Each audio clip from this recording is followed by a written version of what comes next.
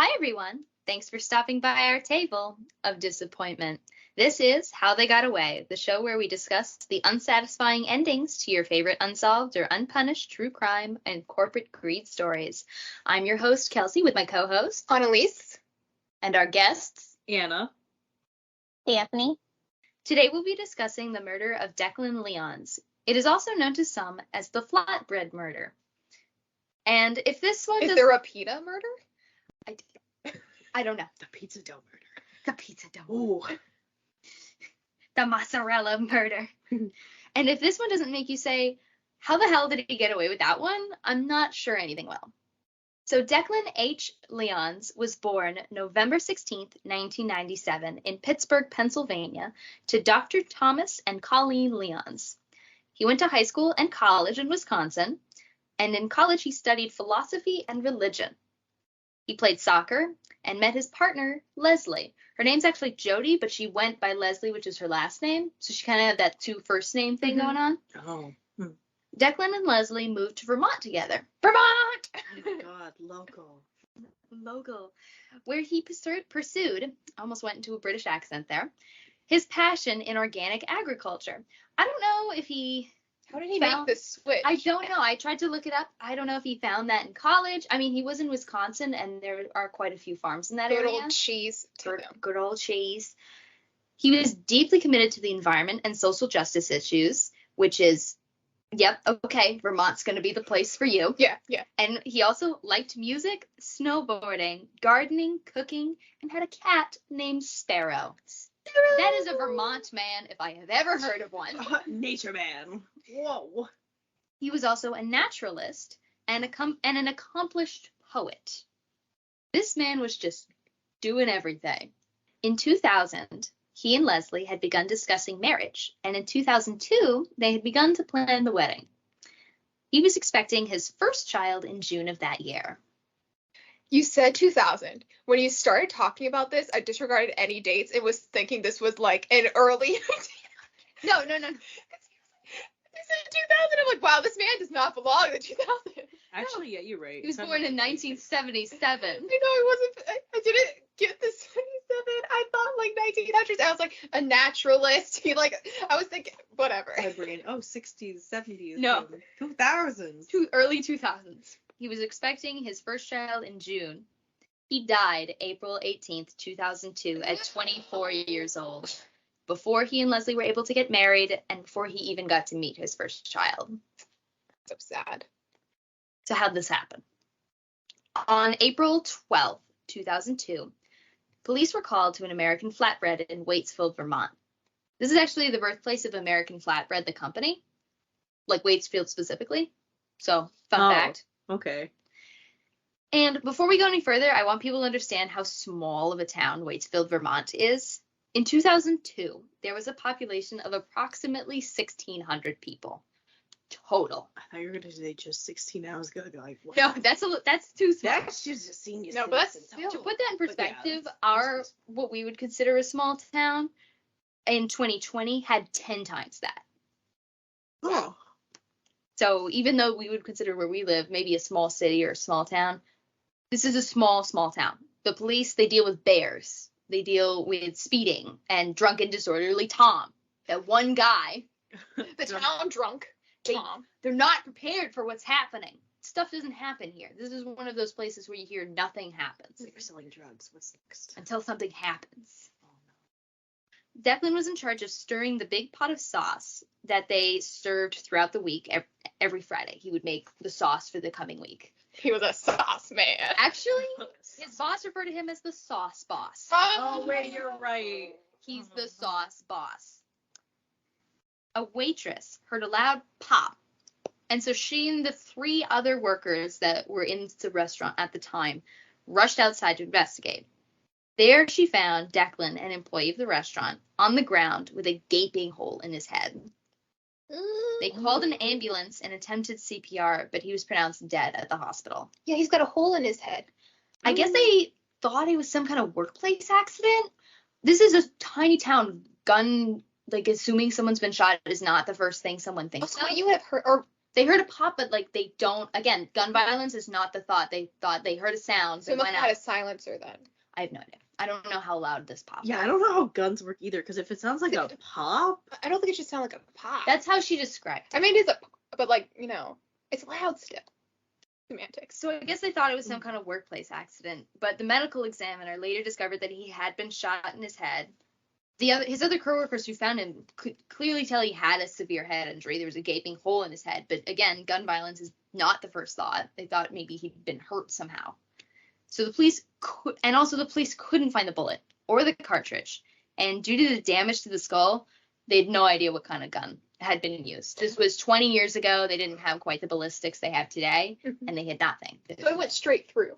It appears so. Or somebody went and removed it, but they would not have had a lot of time to do so.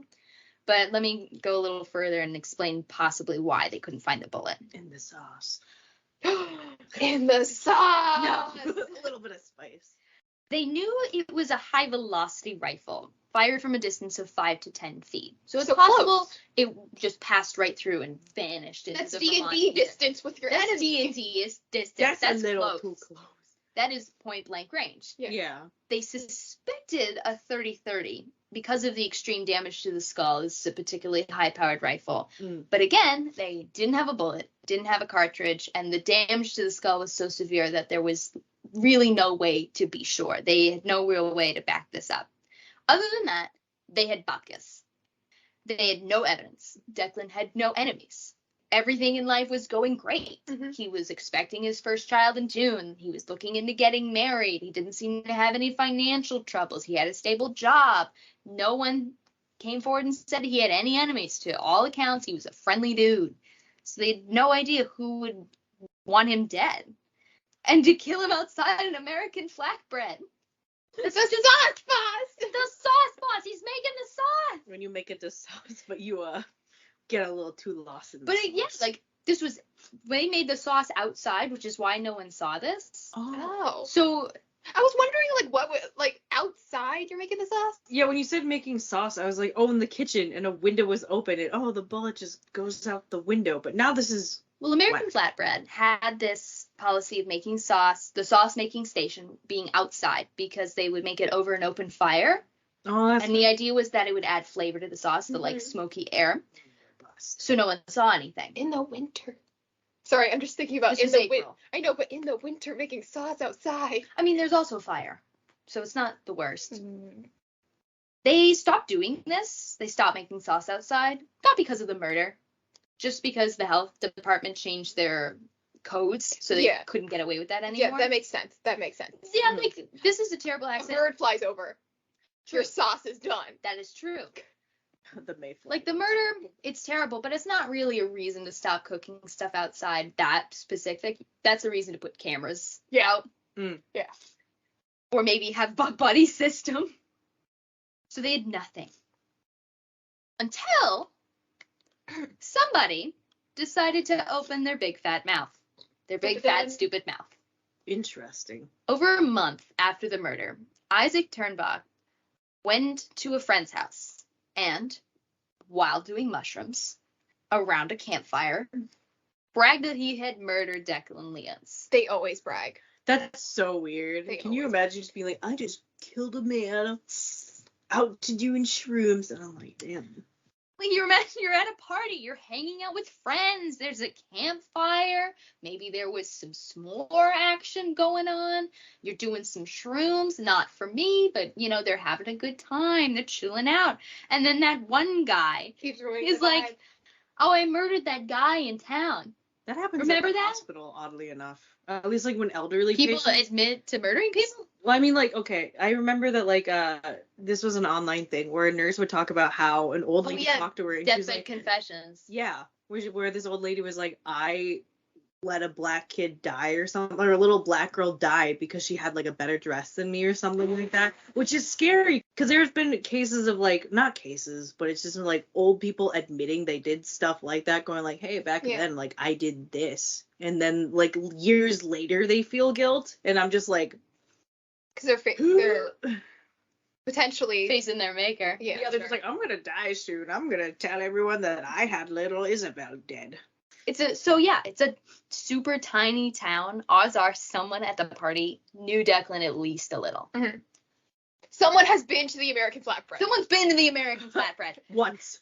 And I would be sitting there trying to act cool, just questioning my entire life. How do I get here? How do I have a friend that's modern even day. if I don't believe them, just like who thinks that's like funny to like brag about. Modern days though, pull out your phone and start recording that shit. Exactly. You just the smartphone like in the corner, like, oh dang, that's crazy. Recording the entire thing. You could put on a recording, put it down. Whoa, Isaac, that's down. Like whack. Tell us more, Isaac. Yeah, say more, buddy. Yeah, I'm not calling the cops or anything. So the situation concerned one friend so much, as it might, that he actually called Isaac's mom. Oh poor Isaac's mom. I know. And this call really concerned Kathy Turnbaugh, as you might imagine. Remind me how old this guy is? 24, I believe. 2 years older than him. Early to mid-20s, not old at all, around the same age as Declan. And Kathy later admitted that her son had been acting very strangely as of late. She noticed this change in behavior, conveniently, right after Declan was killed. Huh. I wonder what's happened. Here's the thing, though. Isaac had told both his mother and his father that he had killed Declan before this. Right. But if you didn't see, I went wide-eyed and stared at Kelsey. They didn't believe him. And I know that's like, what? Why would... There's a couple reasons why, which kind of make you go, yeah, okay. I could kind of see that. Because that sounds pretty bad. Yeah. But Isaac actually worked at this American Flatbread with Declan. They were coworkers. No. They were coworkers. And everyone said they were good work friends. He was actually questioned by police as a coworker and friend to try to see if he knew anything about Declan's life, if he had any enemies. And so his parents didn't think he had any reason to kill Declan. They just thought maybe it was in poor taste or something like that. And according to his attorney, Kurt Hughes, at the time he admitted to killing Dylan, Isaac was on shrooms, which I mentioned at the party, and supposedly had some sort of schizophrenic break, which I understand can happen if you're on shrooms and have weak brain chemistry. That can happen. Although, who's saying he had a schizophrenic break? The attorney or a doctor? It's not clear at this point. He made other claims that were obviously false at the same time, such as being involved in the 9/11 attacks, which, remember, this is 2002. It had just happened 6 months ago. So he's like confessing to all this shit. So his parents are like overwhelmed by him just. I would be more concerned that he just has like problems. Yeah.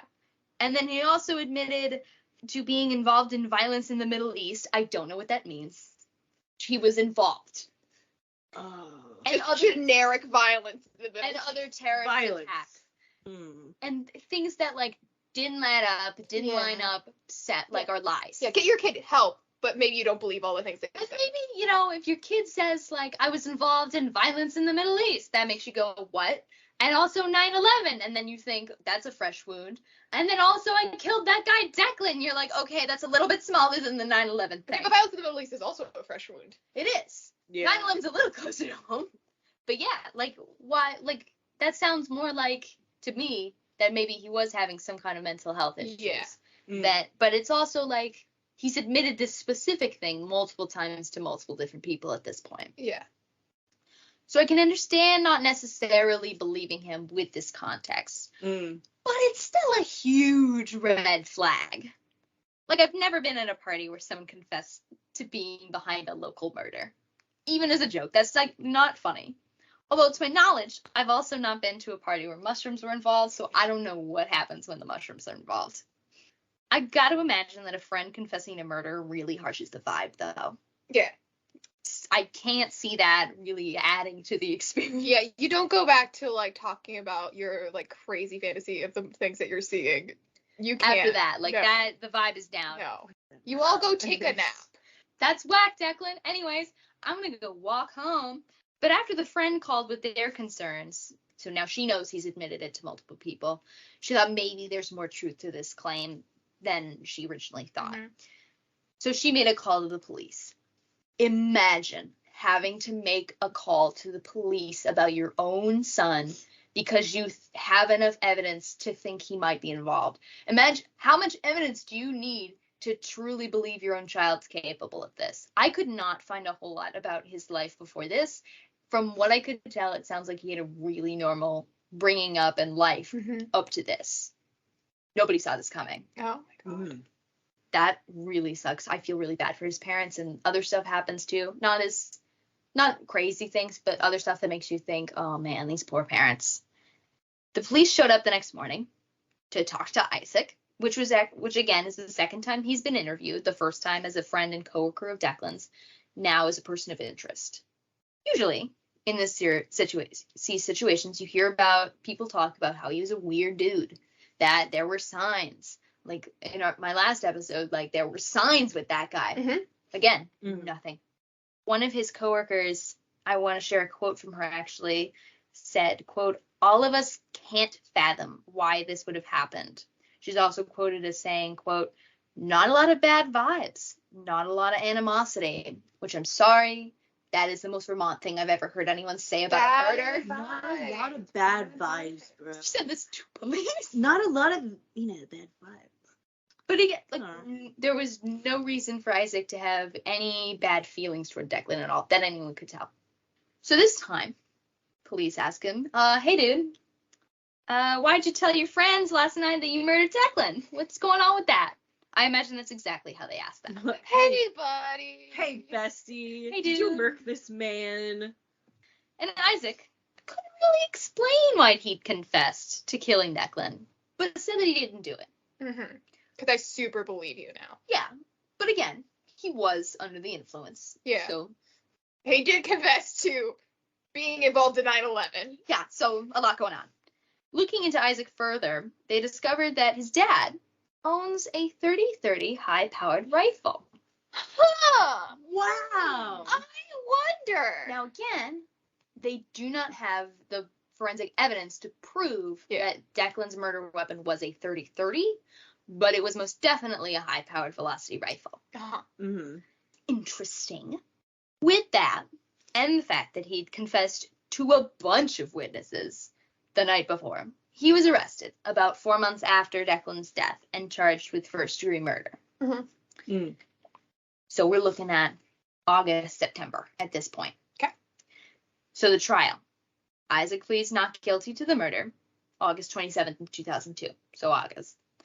In March of 2004, because trials take Forever. a long time to get together, Yeah. Isaac Turnbach stood trial for the murder of his friend and coworker Declan Lyons. There are a few factors that makes this case really difficult to prosecute. Mainly is the lack of evidence. Lack of forensic evidence, lack of a motive. There's no reason people could see that this murder occurred. Which is difficult for prosecution to prove beyond a shadow of a doubt that this person killed them when you have no real murder weapon, no motive, no one seeing him at the crime, nothing.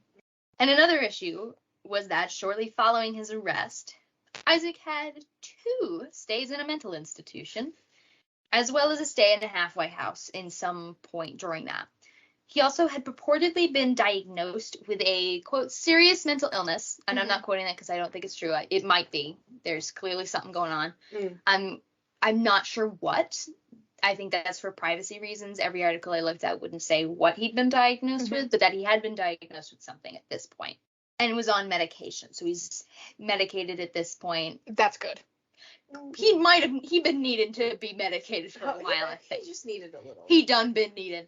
I think it's also pertinent to mention that schizophrenic breaks and schizophrenia do tend to drop around your mid to late 20s or your early 30s. That's when a lot of mental illnesses manifest. Exactly. Like, I can't remember the exact percentage, but it's like one of the biggest appearances of mental illnesses, like without your lifespan, like the early 20s, like that area is when most people develop that, or becomes like symptomatic. That's whack thinking about it, where you're like almost done with like your mental development, and they're just like, hey, look what we found in this cabinet over here, depression. Because it's a lot of times the things that you've carried through your mental development, Right. now it's showing up as your... Once the timer goes off and the Yeah. brain comes out of the oven, somebody else comes in with some depression sprinkles, and it's like, this needs to be added, and shoves it on there. What you got As there? it's Anxiety. cooling. Because that's when your brain, your prefrontal cortex is finishing up, so Right. everyone's like, okay, we're established.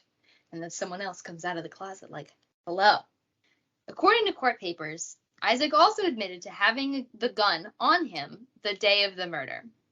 I also, just out and about on the town, carry around a 30-30 high-powered rifle. Yes, in my very safe small town where nothing In happens. fairness, But Waitsfield, Vermont is in like mid-Vermont area. There are hunting areas nearby.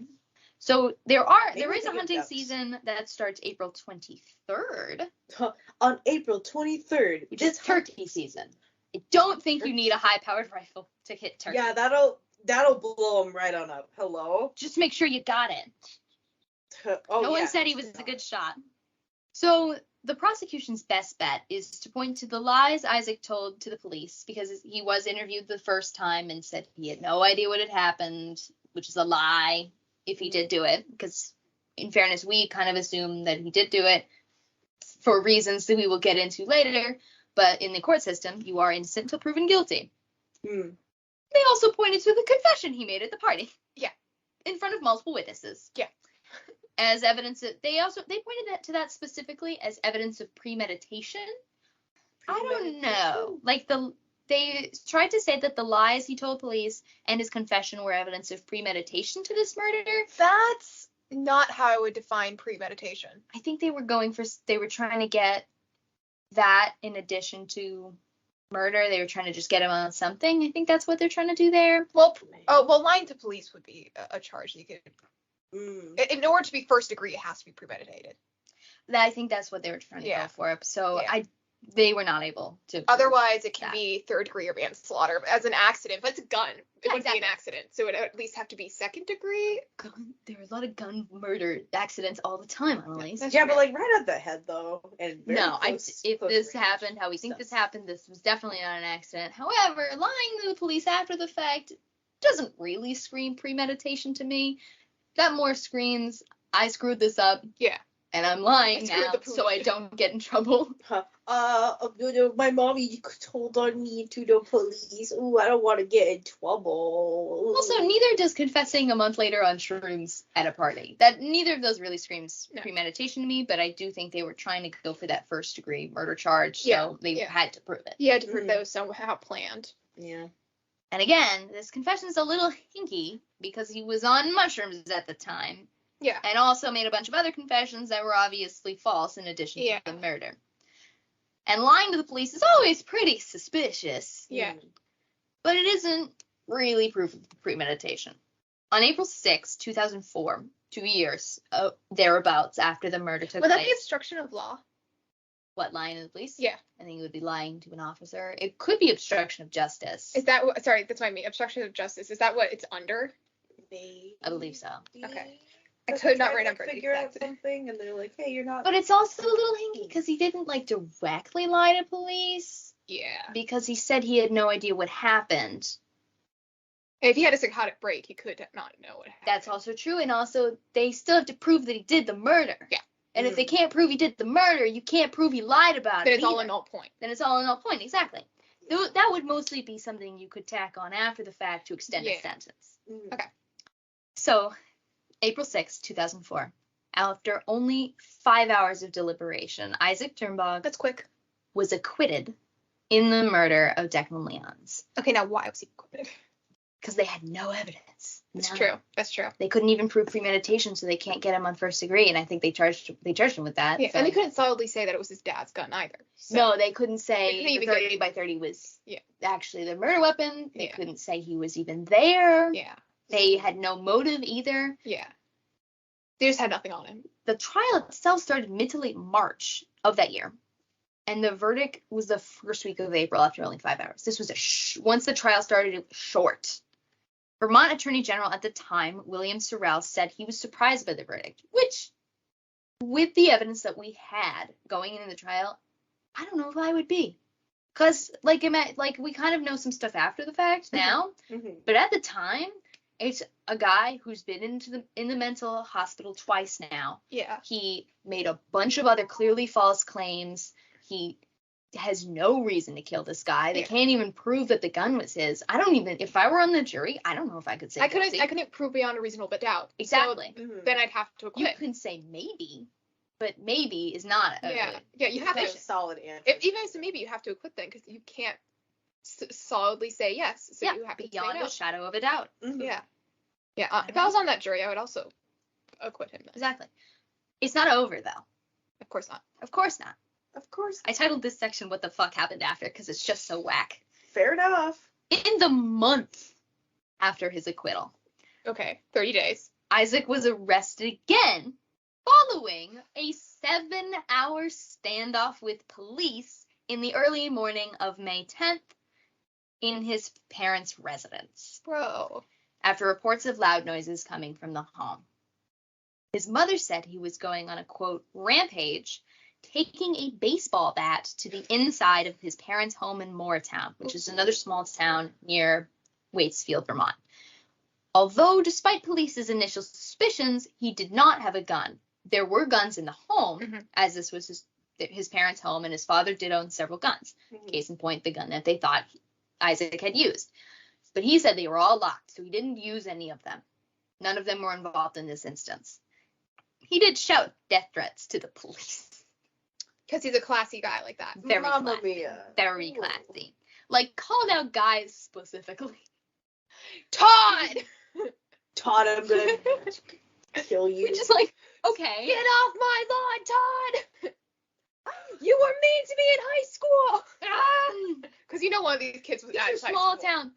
They probably went to high school or knew each other. At the family potluck, you didn't talk to me! Your lemon bars were very dry. You hated my potato salad, and now I got a vendetta against you. No way this man brings anything to the potluck. He just shows up. He brings water bottles. Yes. As a result of that, he was charged with a misdemeanor disorderly conduct. And after that, he was pretty quiet. That kind of looks bad. But it also kind of just looks like someone who's spiraling with mental illness, too. Like, Yeah. You really can't make an argument either way with that. And I can't imagine there's many resources for him in that town. Exactly. It's a tiny town. Yeah. Vermont's pretty progressive when it comes to mental health issues. But it's so rural in It's areas. so rural. Yeah. I mean, UVM's not too far. It's like 45 minutes. Yeah. But still. Mm-hmm. Until July of 2011. Big jump. 8 years later. Pretty quiet. Yeah. By the way, in this time, he had moved to Randolph. Okay. Another small but slightly larger town in Vermont. Yeah. Because as you can imagine, he was a walking pariah in Waitsfield. Yeah. No one wanted anything to do. Yeah, no one's gonna hire that. No one's gonna hang out with that guy, especially the people at the party he confessed to the murder at. No one wants to hang out with this dude. So he had moved. When he contacted police of Randolph of his own accord and confessed to the 2002 murder, what was that phone call like? Hey guys, been a while. How's the fam? Great. Been a while. Listen, remember that murder I said I didn't do and got acquitted of? Yeah, I did it, guys. I'm sorry. My bad. What is that? What's a weird gaslighting moment? Oh, guys, remember when I said I did the murder, but I actually didn't? I got you, bro. It was a prank. Uno reverse. Uno reverse card. I did do it. What the heck? That's weird. This is what is infuriating about this case, because he'd already been tried for this case and acquitted. And Vermont is a double jeopardy state, which means, and we talked about double jeopardy before in a previous episode, but that was in the UK. They have slightly different rules. True. In the United States, double jeopardy is a clause under the Fifth Amendment, and it states that no person shall, quote, be subject for the same offense to be twice put in jeopardy of life or limb punishment. And it means it's meant to protect citizens from being prosecuted for the same crime over and over until the government gets the verdict that it wants. It's supposed to protect citizens against a tyrannical government. Okay. But it also means that once you're acquitted for a crime, you cannot be charged with it again. Unless there's new and severe evidence. Exactly. Mm. In a previous episode, we talked that an exception to the Double Jeopardy rule can be made. Because even if he confesses, there's no evidence. There's no evidence. Yeah, it's just him going like, guys, I did it again. And even in his other trial, he had confessed to nothing. and then he backtracked on it. So what's to prevent him from doing it again? Exactly. There's no real evidence. There's nothing new. The only thing new is a confession that he's technically already made. Yeah. Mm-hmm. Twice. So no such exception for random confessions exists in United States law. So Declan's family will never get justice for his murder. Isaac Turnbach now lives in Randolph, as I said, because nobody wants anything to do with him in Waitsfield. It makes sense. Mm-hmm. Soleil Leslie Lyons was born June 24th, 2002. The baby. Just over 2 months after her father's murder. That's so sad. Yeah. There's one other thing I want to talk about in this case. Yeah. Mm. Declan's family actually sued the American Flatbread that he worked at, his estate, on behalf of his estate. Yeah. Mm-hmm. For workers' compensation due to the family after the death of an employee on the job. Yeah. Mm-hmm. It was a little bit of a question because as he and Leslie were not married, there's kind of some red tape there, but they did have a child together. But the baby is. The baby is. But then there's also, they've got to, because it's the court system, they have to prove that the child is his. Although stepchildren also count, but they're not married, so technically even then she wouldn't be covered. So they had to double check that she was his child. Mm-hmm. And there's also a question of whether or not his death was the result of his employment. Yeah. Because technically, a random guy walking up to the back of the restaurant, does that qualify? Yeah, They ruled that yes, it does, because he would not have been there if not for his job, Exactly. Yeah. putting him outside at the time. So they were awarded funeral, burial, medical, and attorney fees, as well as death benefits for Declan's daughter until she reaches the age of 21. Yeah. Which, like, American Flatbread, you couldn't have just given it to him? On the one hand, you want it to be all squared away and filed. On the other hand, you could have just given it to him. Yeah. Did you have to victimize the family twice and send them through the court system to get, money for this? Corporations. Woo! Woo! Which is a little disappointing. But Yeah. not nearly as disappointing as the fact that Isaac Turnbach just walks around Randolph, Vermont. And we also don't know the motive. He didn't Yeah. mention a motive in his confession. Exactly. Any confession. Yeah. So we have no understanding why. And there's so many combinations of some of the half-truths that we know of that could be the real truth. Like, it's totally possible that Isaac Turnbach was suffering from a psychotic break. Yeah. And for whatever reason, he was compelled to murder his coworker and friend Declan, and then through some clarity via mushrooms, confessed to the murder. Yeah. As well as several other things, but that one happened to be true. Yeah. We don't know. We don't know. He didn't mention any sort of reason in his confession.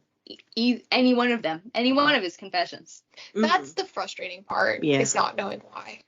And I'm sure that bothers his family a lot because he's just a nice guy. Because it's senseless. He was exactly. He was just a guy working at an American Flatbread. It's springtime. I mean, it's not warm. It's Vermont, but He's got a baby coming. His baby is coming in like 2 months. 2 months. That means the nursery is probably decorated. He's got like a whole life ahead of him. a whole Yeah. life ahead of him. Gone. Which is pretty disappointing. So I hope you all are very disappointed. Oh, yeah. Because I sure as hell am. Yeah. Thank you all for coming to my table of disappointment. I hope you're full up on disappointment. And you go home and sit angry about this. Yeah, push in your chair before you leave, please. That would just be another disappointment. Take your dishes to the sink. You don't have to wash them. Just bring them over there. We'll Yeah, hang them later. Just help us out a little bit. The table disappointment, but you don't have to be disappointing. You still need manners. Hi guys, we're back. So we were talking about the case afterwards. This is literally like 5-10 minutes after we hit stop. That's a treat. And we were talking about it, and I was just saying I was very pretty sure that Isaac did it as I was making the episode and as I was editing it and all that. And even as I was talking about it, but as we were just sitting here, I was like, I don't actually know that he did it. Yeah. And my thought was, if he is mentally unwell and he's done multiple confessions, he's went through this whole thing, he could have convinced himself Exactly. that he's done this. And yes, there's like some things with like the gun where it's possible, but it could also be when someone's mentally unwell, sometimes your brain just goes places. Exactly. And it might just be he might have just entirely convinced himself or made a whole thought and fantasy in his head that he did it. Exactly. He knew this guy. It's very possible his brain just latched onto it. Yeah. And it's also possible, like, his mom said he started acting weird right around the time. It's very possible that the trauma of a friend dying, he wasn't there at the day, he wasn't working, I should say, the day of. Yeah. But, you know, hearing your friend and coworker got murdered at work could be enough trauma to trigger a psychotic break, because she was saying he started to act weird right around that time. So it's possible it just hit. Not saying that we're going to completely absolve him of this. No, he did. That's the thing, is I have no idea now. Yeah. I don't know that he did it. Yeah, I don't know that he didn't do it. You can point a finger, but you cannot put your finger directly on him. You can go, maybe, but you cannot poke him with that finger. Like, I was pretty solid on saying I understand why he was acquitted by the jury. Yeah. And I was like, yeah, they did not have the evidence for the case. Right. But now, I don't know that I know he didn't. I don't know if he got away with it or not. He's Somebody got away with it. He's the only person that's come up. So, of course, we're going to. That's the latch other onto thing. it. He just got murdered in broad daylight. He's a nice guy. People are worried this could be a serial thing. People want answers. It's possible that either the police looked for someone and someone fell into their lap and they just took it and didn't look further. Who knows? Because, you know, like, it's not like murder does not happen in Waitsfield every day. Mm-hmm. It's just such an out of the blue murder too that, like, people want answers. So who knows how much deeper they looked after that, because they, again, had no evidence, and suddenly just some guy is confessing to the murder. And it would not be the first time someone with a mental illness got blamed either for something they did do under the influence of a mental illness, or something they didn't do but were made to believe that they had. Mm-hmm. So now I don't know if he did it. I'm more disappointed than ever. That's our 2 cents. Alrighty, guys. Thank you so much. Have a nice night. Bye.